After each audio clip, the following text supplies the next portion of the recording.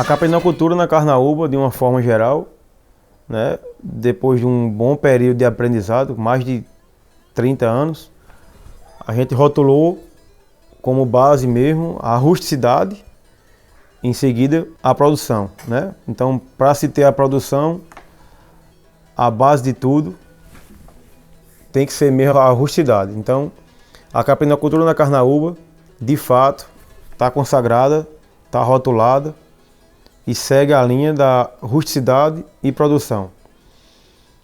Com o período de aprendizado que se teve, né, do início da década de 70, para se chegar nesse rótulo, foi rotulado dessa forma, acabamos chegando, no caso, na raça nativa, né?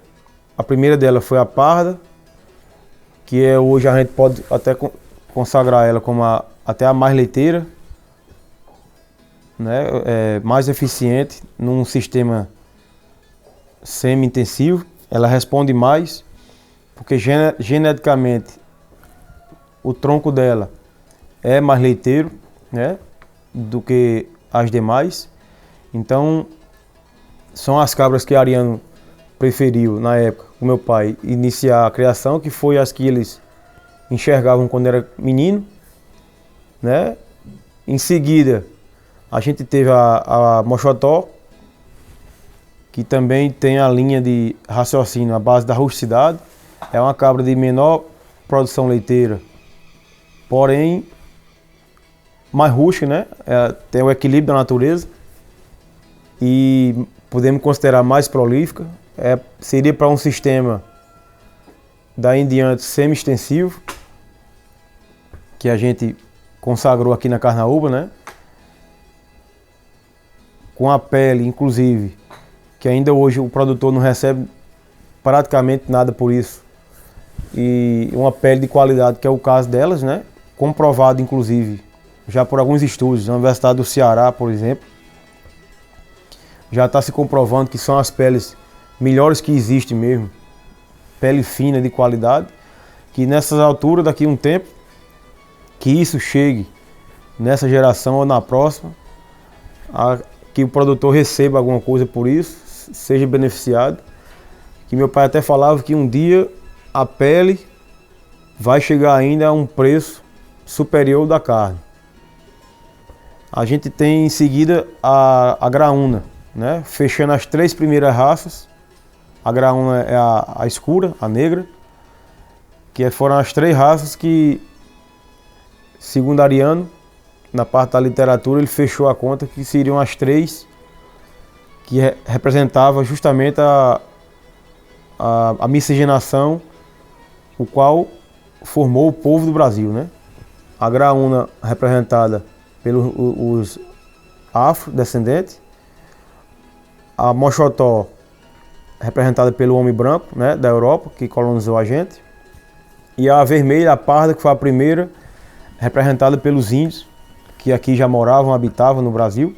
Esses 3 juntos foram os povos que miscigenaram deu o povo brasileiro, né? Então, as 3 primeiras raças foram criadas também nessa expectativa de melhor representar, em forma dos animais, o povo do Brasil que aqui hoje habita. Daí em diante a gente deu continuidade, chegou a cabra azul. A gente chama cabra azul, mas é uma cabra cinza, da cor do granito aqui da região da gente. Descendente das cabras transmontanas, lá da região seca da Europa. É uma cabra de muita prolificidade, de muita fertilidade. A rusticidade eu já mais nem falo, porque é a base de qualquer criação nossa aqui hoje. E de qualidade de leite superior a todas elas. A gente faz análise de leite aqui mensalmente e a azul nunca perdeu para ninguém. Embora aí seja uma quantidade de leite menor, né? A gente está em processo de melhoramento, né, na escolha dos reprodutores e para ir somando, né? É um somatório de geração em geração para chegar a um ponto de equilíbrio, de estabilidade na produção de leite, em torno aí de 1,5 litro nesse sistema da gente, seria o suficiente, inclusive com essa qualidade de matéria gorda que tem no leite dela, que é o mais importante para a gente, né? Na hora de se ter uma matéria-prima para se ter esse nosso queijo, que é premiado justamente por conta dessa matéria-prima, né? As cabras azuis chegaram aqui em 1995, o primeiro grupo, que meu pai mesmo pessoalmente foi escolher aqui no município vizinho, Ataperuá, São José dos Cordeiros. Um criador que já tinha lá um rebanhão totalmente homogêneo, de mais de 20 anos de criação. E lá ele pegou esse primeiro grupo e trouxe aqui para Carnaúba. A raça azul, a gente tem tido ela como a raça mais prolífica entre todas elas, né? A gente até considera ela uma cabra de fato para encher uma fazenda, da mesma forma que, vamos dizer, uma fazenda de maior porte, né? Seria uma criação extensiva. É uma raça que chega a se povoar mesmo mais rápido, né? Pela prolificidade, a habilidade materna que se tem e a saúde mesmo. Os cabritos já nascem com uma saúde que a gente vê em relação ao diferencial em relação aos demais. No início delas, o pai colocou todas elas para serem ordenhadas, né? Para poder escolher os reprodutores, como foi feito em todas as outras raças. Quando detectou alguma delas, são umas 15 ou 20, com acima de 1,5 kg de leite, partiu também para analisar o leite. Então daí a gente viu que as azuis, e hoje, comprovadamente, ela é a que se tem a maior qualidade do leite. Embora o rebanho inteiro, a gente não tenha uma homogeneidade ainda em produção de leite, né? Mas essas que foram ordenhadas, e a gente repete isso sucessivamente, 2, 3 vezes por ano, as azuis são imbatíveis na qualidade do leite. Dando continuidade, em seguida das azuis, a gente teve a raça Canidé, que foi uma raça que a gente foi presenteado aqui por um grande amigo, irmão nosso do Rio Grande do Norte, Dr. Alexandre Vanderlei, e a família inteira presenteou a gente, que não admitia a Carnaúba ter quase todas as raças nativas e não ter a Canidé. Mas foi justamente por ele criar lá e eu ter a certeza que essa semente plantada não teria como essa árvore morrer, né? Hora nenhuma eu sei que aquilo vai acabar. A gente não criou justamente porque a raça estava consagrada lá nele, em Seu Joãozito Andrade, na Bahia. Então já tinha gente criando, colocando a raça para frente, melhoramento e tudo. Então a gente não insistiu e ele nos presenteou com a primeira cabra chamada Carnaúba, ele que batizou. E hoje a gente cria também essa raça. Da mesma forma, rusticidade, um leite feito na caatinga rica que a gente tem, de uma qualidade diferenciada, né? Uma carne que eles têm totalmente, além de saudável, de boa qualidade. A pele da mesma forma, né? Das demais, inclusive tem uma conversa que a pele seria melhor, entre as nativas, a pele seria melhor da Canidé. Trabalho também realizado na faculdade do Ceará. Depois da Canidé, a gente conseguimos um grupo de marota, já de 2000 para cá. Compramos um grupo de marota lá de seu Cícero Brabo, é o nome dele, lá no município de Ibimirim, Pernambuco. Um criador sertanejo, de a gente levantar o chapéu para ele e achar que o mundo tem jeito. Tá lá criando a família, criando já os seus filhos e netos, já 2, 3 gerações para trás de criadores de cabra. É um exemplo de nordestino, é um exemplo de criador de cabra. E é uma das cenas e currais mais bonitas que se pode ter é conhecer os rebanhos dele lá de Mochotó, principalmente, e Marota. A cabra Marota impressionou a gente aqui na Carnaúba pelo o volume de corpóreo que ela tem, né? O leite nela chegou mesmo mais rápido do que as demais. o processo de melhoramento nela, o leite, a resposta, né, do leite, se deu em menor curto tempo. E quando a gente começou a ler e a folhear o livro de Otávio Domingues, um zootecnista brasileiro, que foi o único que mapeou e registrou, né, a existência das cabras nativas no Brasil, ele já descrevia que a marota era a mais leiteira delas. E de fato, aqui na Carnaúba a gente se impressionou com a produção de leite delas. E o teor de sólido, né, depois das azuis, é quem fica em primeiro lugar. E isso, nos dados que a gente vem colhendo já há mais tempo.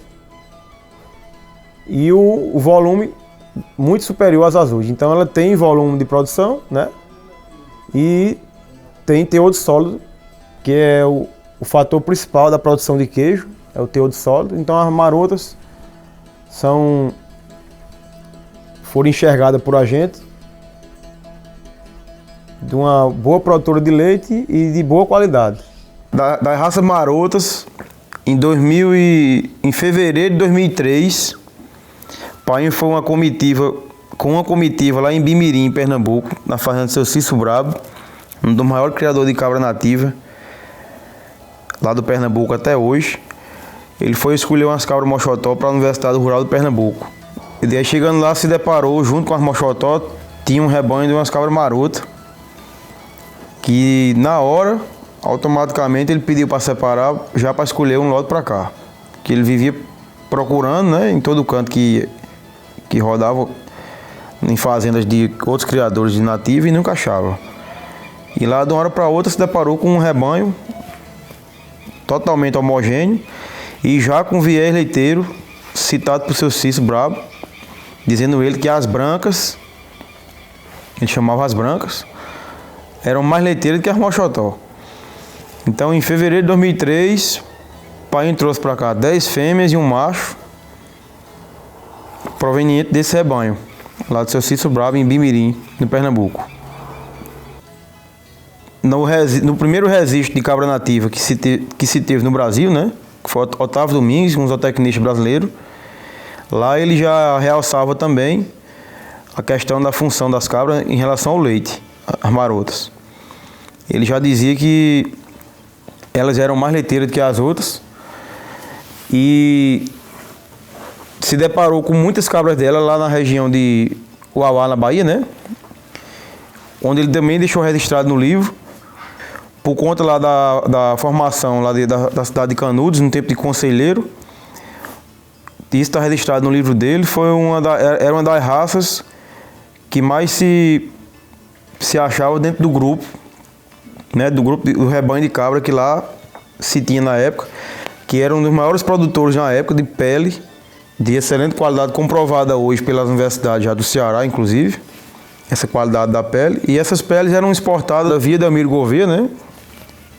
Tinha uma ligação forte também lá nessa época de Canudos. Então, essas peles de qualidade eram exportadas via ele. E hoje, se foi comprovado também pela universidade, sua qualidade. Então, nesse livro de Otávio Domingues ficou registrado mesmo a qualidade já desde então das peles e a função leiteira da marota sobre as outras, né, as nativas. Em destaque tava elas, e aqui na Carnaúba, de fato, foi uma das últimas que chegaram aqui e foi uma das que mais se mostraram, né, a sua função em pouco tempo que se teve de melhoramento, e também a qualidade do leite.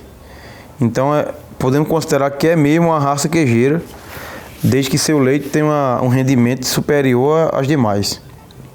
Em seguida, as marotas, a gente arrumou um grupo das repartidas, né? Repartido ou surrão. Surrão, um nome sertanejo colocado nelas, baseado na pelagem que ela tem. O surrão era um saco de couro, né? Muito usado na época de cavalo ser transporte terrestre. Era um saco de couro colocado de lado do cavalo para transportar mantimentos, para transportar comida água e seja lá o que for. Então era feito do couro dessas cabras. Então ficou repartido o surrão. É uma cabra também que a gente continua no processo de melhoramento, assim como as demais, na função leiteira, porque rusticidade já tem, pele de boa qualidade já tem, e prolixicidade também é uma coisa que chama atenção. Então entra a mão do homem nessa hora, justamente para poder, com habilidade, né, que se deve ter aí em cruzamento e escolha de reprodutores, aumentar a produção de leite sem que se deixar sair da realidade de produção capaz de ser funcionar aqui na Carnaúba, né? As cabras repartidas tiveram origem aqui na Carnaúba. A primeira delas que chegou aqui foi uma cabra que meu pai catou também lá no rebanho de seu Cício Brabo, em Bimirim, Pernambuco. Veio junto com as marotas. E era uma outra raça que ele perseguia, procurava para começar a criar e jamais não achava. Então nessa hora que achou uma lá, essa única cabra veio para cá, junto com as marotas, em fevereiro de 2003. Ficou essa cabra por aqui sozinha e todo mundo ficou muito animado com o tipo da cabra e a saúde também da cabra e a rusticidade de todo mundo. Então daí em diante a gente começou a designar uma parte do tempo da gente, a procura, né, e a montar esse rebanho. Aí em 2003, especificamente em 1º de maio de 2003, a gente conseguiu mais 8 fêmeas que trouxemos aqui de Caicó, de um rebanho que tinha de seu Antônio Dutra. A gente trouxe para cá essas cabras e daí em diante começou a garimpar, né? Uma num canto, outra no outro. Em 2014, mais ou menos no ano 2014, eu tive com ele pessoalmente na fazenda lá no Ceará, em Monsenhor Tabosa, na fazenda de Sávio Monteiro, e lá, de fato, a gente deu uma alavancada no rebanho, conseguindo um reprodutor que, de fato, tinha pureza racial suficiente para homogeneizar o rebanho da gente. Tinha tanta que, quando a gente viu a produção dele, esse bode foi batizado como corretivo, porque ele corrigia as cabras de um jeito, do jeito que a gente via ele por fora, a gente conseguia enxergar o que ele ia passar para frente. E, de fato, esse bodinho foi um divisor de água no rebanho da gente. Então, daí em diante, deu reforço ao rebanho e hoje a gente tem essa homogeneidade que a gente está vendo no rebanho e partimos agora para poder continuar a seleção, aumentando aí, no caso, a produção de leite e a homogeneização do rebanho nesse alinhamento, né? Que é o foco da criação toda da Carnaúba, principalmente dos caprinos. A raça murciana chegou aqui no Brasil em 1994, através de uma importação que foi feita, organizada pela APACO, Associação Paraibana de Criadores de Caprinos e Ovinos, e o governo do estado. Então veio um grupo de cabra, né, pré-selecionada, direcionada principalmente para a função leiteira e teor de sólido. E consequentemente cadastraram alguns criadores para poder receber esses animais. A Carnaúba foi uma das fazendas que foi contemplada e daí em diante se deu início à criação do nosso rebanho. A Ariano, quando tinha decidido lá atrás em a Carnaúba ter as 3 raças, né, as 3 cores, as 3 tonalidades de pelagem que representavam o povo brasileiro, estava faltando a cor preta, que era que representava, no caso, os afrodescendentes que formaram o povo brasileiro, né, na miscigenação. Então, meu pai teve uma força, né, uma parte nesse processo de importação. Ele foi uma das pessoas que caiu de dentro, né, nesse processo de formação desse projeto para poder essas cabras chegar aqui. E de fato, hoje a gente tem um grupo de cabra aqui, muito leiteiros, das duas tonalidades, né, de pelagem, que existe a murciana marrom, chamada de caoba. Caoba é a cor de um barro que tem na Espanha. Esse mesmo tonalidade de barro que a gente tem aqui no sertão ou no Cariri da gente, né? Então a gente mantém esses grupos de cabras separados, a pelagem caoba e a cor preta da murciana. Essa raça, meu pai perseguiu ela depois de ter estudado e ter visto que era uma cabra de uma região árida, né? Muito mais seco e deserto do que a região seca daqui do Nordeste. Então ele caiu de dentro junto com o pessoal, né, da APAC e do governo do estado para montar esse projeto e buscar as cabras. E de fato elas se aclimataram muito bem aqui, né? São as cabras mundialmente conhecidas como cabras queijeiras, né? Já não se discute mais nem a produção de leite, e sim a qualidade do leite, né? Que é a grande importância para quem mexe com derivado de leite, né? O laticínio. E de fato são as cabras que, comparando com as nativas, as outras nativas que a gente tem aqui, é a que mais se assemelha no teor de proteína e no teor de gordura.